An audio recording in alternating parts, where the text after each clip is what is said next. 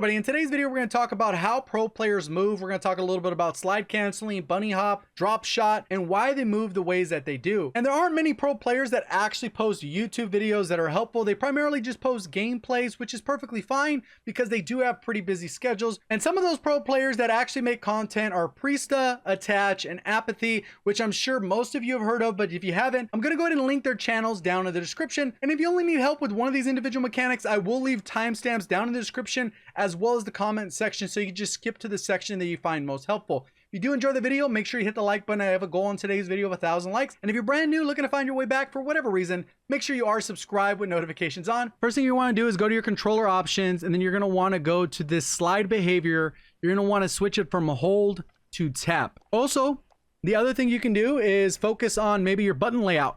Personally, if I didn't have a scuff controller, there's two different options I would go with. Personally, I would either go with stick and move, or I would go with tactical. Stick and move allows you to jump with your right analog stick, so this will convert your R3 to a jump.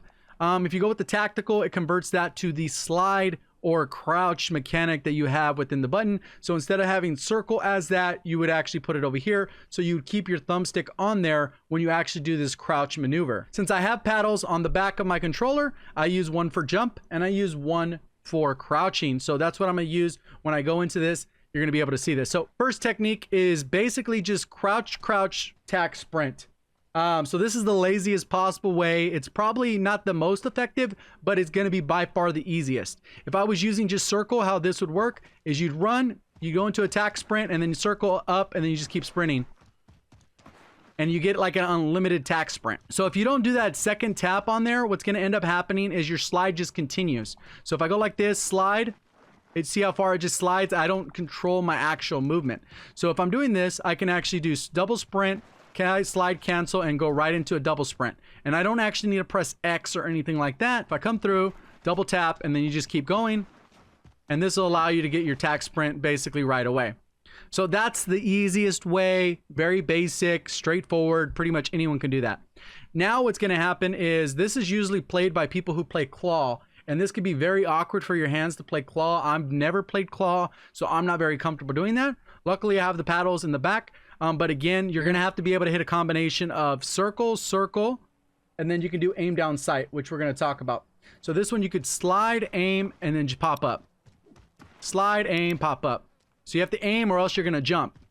So this is the next part. So slide, jump is going to jump you up. So you have to aim first. So it's a combination of slide, aim, jump. Because what happens is if you just slide and you do this, you're still in a crouch position. So you need the jump to get you back to standing. You just get the timing down where you're going to be able to do it.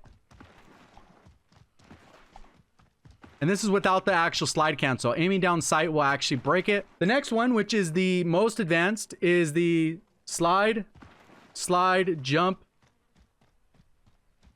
And then you can aim down sight.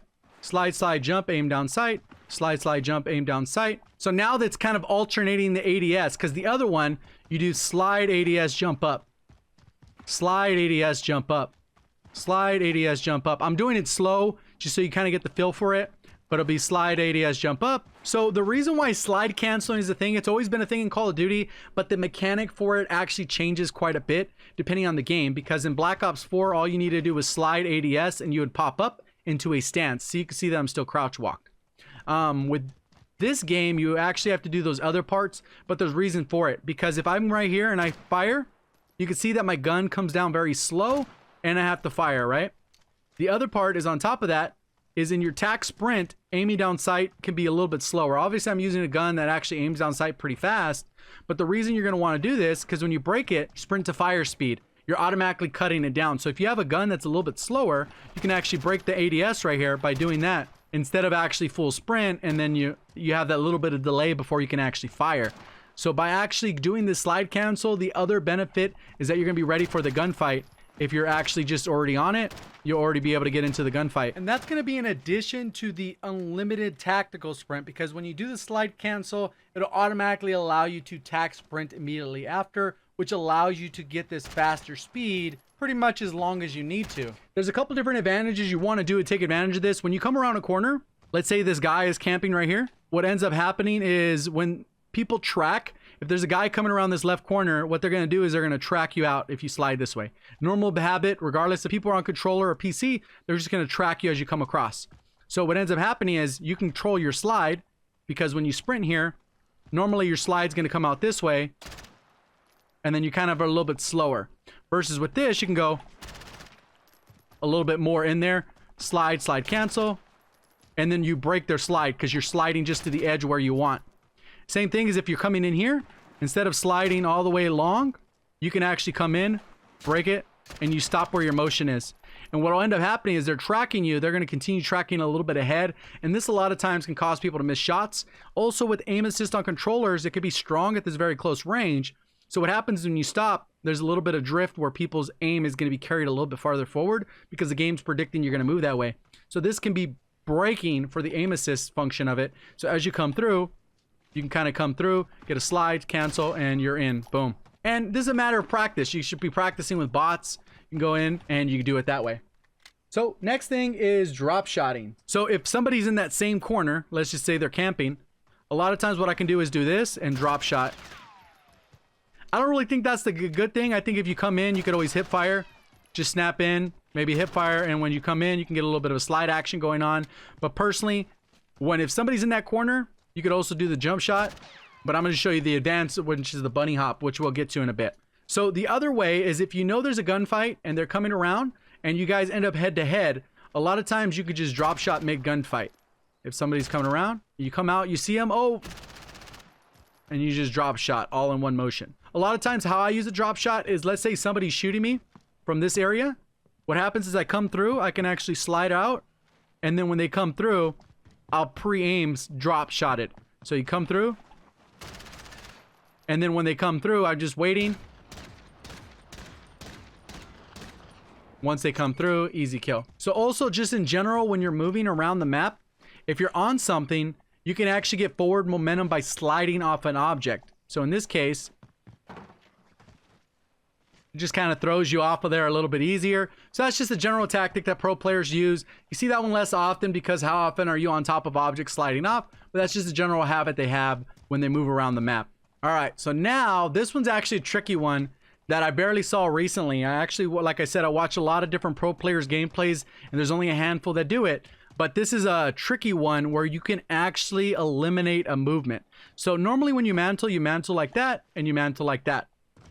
But there's a way to skip the animation where you don't have two animations. You kind of bring your crosshairs all the way up. Let me try it again. All right, so if you look at it in the motion, I'm coming up and then I bring my crosshairs up, it'll skip the animation.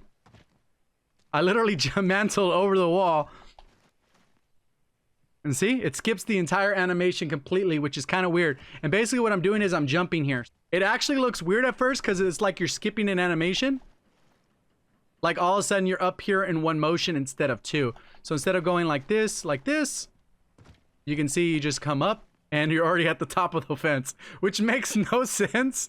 If your guy could do it, why doesn't he do it all the time? And you can see that I literally mantled over the fence. So it's actually a lot quicker in terms of mobility. Yeah, so it just helps out with the mantling aspect. You can literally mantle this double wall twice as fast as you would normally. But obviously things like that do take practice and you can skip around those individual motions. So now this one's a gunfight mechanic that you could pretty much use in every gunfight. Let's say the same example we had earlier where the guy was just sitting in the corner. So let's say they're sitting right there. What I can do is sprint. So I'm doing my tac sprint, jump ADS, and then when I'm landing, I jump again. So it's going to look something like this. So you got a little bit of bounce in there. So it kind of goes like this. And you can get it a little bit more efficient. So let's say if I'm a little bit there. And it takes practice. It's not something you're going to pick up all at once. You can see your momentum. It's going to continue forward. Just like that. And it's all about timing. So it just depends on where the person is. But pros do this all day in and out. That was a pretty smooth one. And it's going to hurt your hands at first because you're not used to doing these types of movements. And they take practice and you should be kind of warming up with this whenever you can. That was a nice little smooth one. You can get an extra little bounce in there. And people will not be expecting that. and they'll know you're a hardcore sweat if you're doing a move like this, because pretty much you only see pro players, people who do wagers do this type of move, and it's one of the craziest, trickiest moves. A lot of work to get done, but once you learn it, it actually pays off pretty good. If you did enjoy the content, make sure you do hit that like button. If you're brand new to the channel looking to find your way back, make sure you do subscribe with notifications on. Appreciate all the support. Thank you for watching, and as always, have a great day.